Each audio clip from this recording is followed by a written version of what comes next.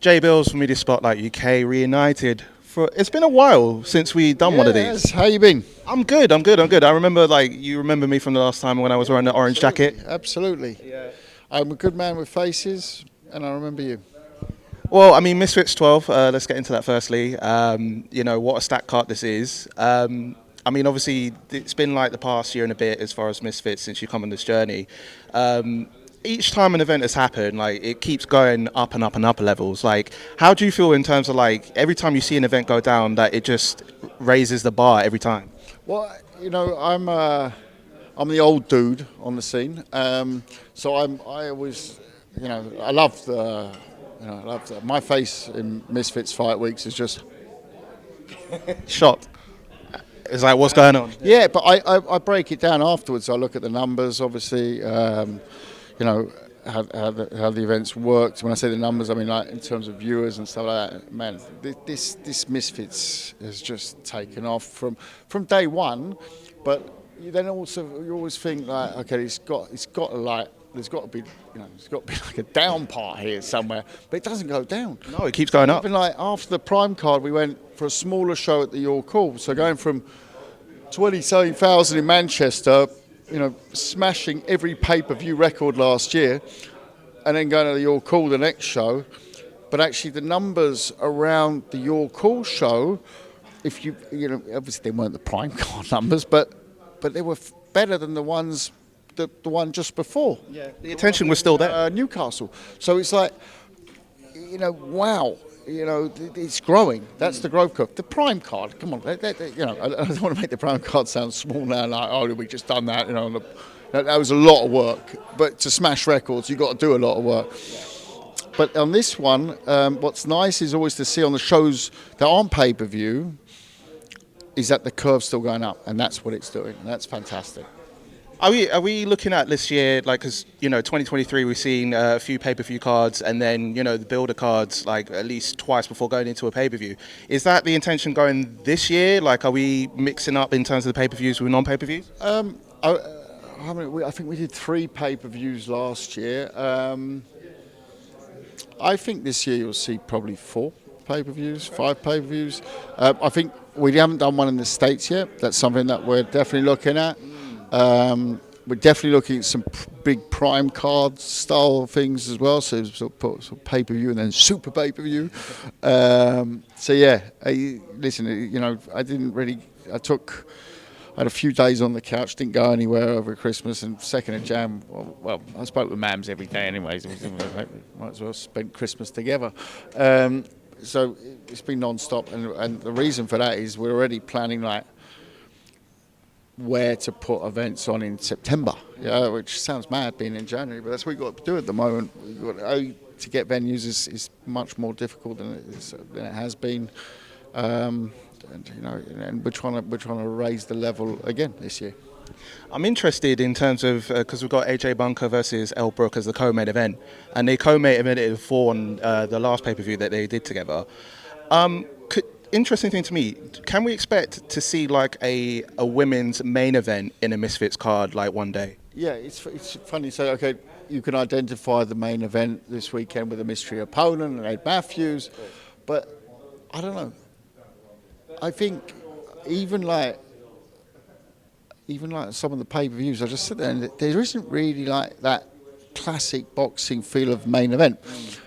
The Prime card or the pay-per-view cards, 6 p.m, whatever time the gates are open, the people are in there. So it's like they really pay homage to everyone on that card, which is so great. And I wish that would be in traditional boxing as well. And you go to traditional boxing, big event, and sold out, massive arena. You go there early doors, like 100 people in there. I'm sitting there sometimes all alone. And I'm like, oh, I've got to clap for like 10,000 people.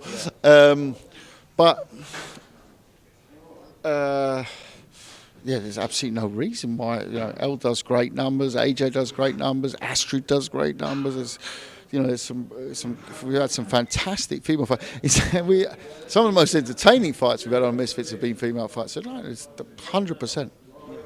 And obviously with the talks of the Brazil card, I'm hearing that there could be potentially either March or May. So where are we looking at that in a moment? Yeah, it's between Sao Paulo and Rio. it's one of those international ones I was talking about before. There's other players, Australia, we're looking at very closely this year as well. South Africa, Scandinavia, Germany. And just Spain. a couple few more things from me. Obviously, KSI, I'm hearing that he'll be fighting at some point this year. Is that true to say? And what sort of the preparations and lead up to it? Like, what's been, the vibes there? Yeah, I mean, look, first of all, okay, I look at it always from a little bit of traditional space. He's had a 3-year camp on and off. Yeah, in between launched, billion-dollar companies things like this. Just with his left hand. So had hit records, you name it. And the guy's schedule is insane. On top of training like a true pro, 2 times a day, with pro trainers. So he's had some time off. That doesn't result in like he's retired. So I don't know. I get in this space you constantly got to be active and beefing and that. Man, give the guy a break. Have a couple of weeks off. Yeah, he deserves a little break. Yeah, exactly. So so the fact that he said that he wants to fight again this year is not like, wow, he's made a comeback. He's retired and he's come back out of retirement. He's been back in the gym a couple of weeks, So but again, in this space, he's the name. So it's two. Will we ever get to see KSI versus Jake Paul? Because I know a dance partner I'd like to see, because I think that would do more numbers than in any other combat sport fight. Full stop.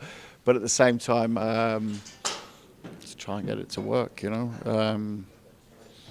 I've made some very difficult fights over the years. I'm thinking back like that.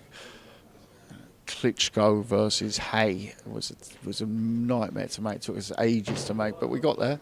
I don't know at the moment. Eubank Ben obviously is an example. We haven't quite got there on that one though. But so the similarities, and I think that fight can be made. The question is when. Yeah? We saw last year, a year before, Amir Khan, Kell Brook. Great fight, should have really happened 4 years ago. Mayweather Pacquiao happened 5 years too late, didn't it? For me at least. Manny was over the hill. Being a prime Manny, it would have been a little bit closer maybe. So, yeah, we got to get that fight made. Yeah. But at the same time, there's always a few other A-list names that are out there. Yeah. Yes, Connor, I'm talking about you.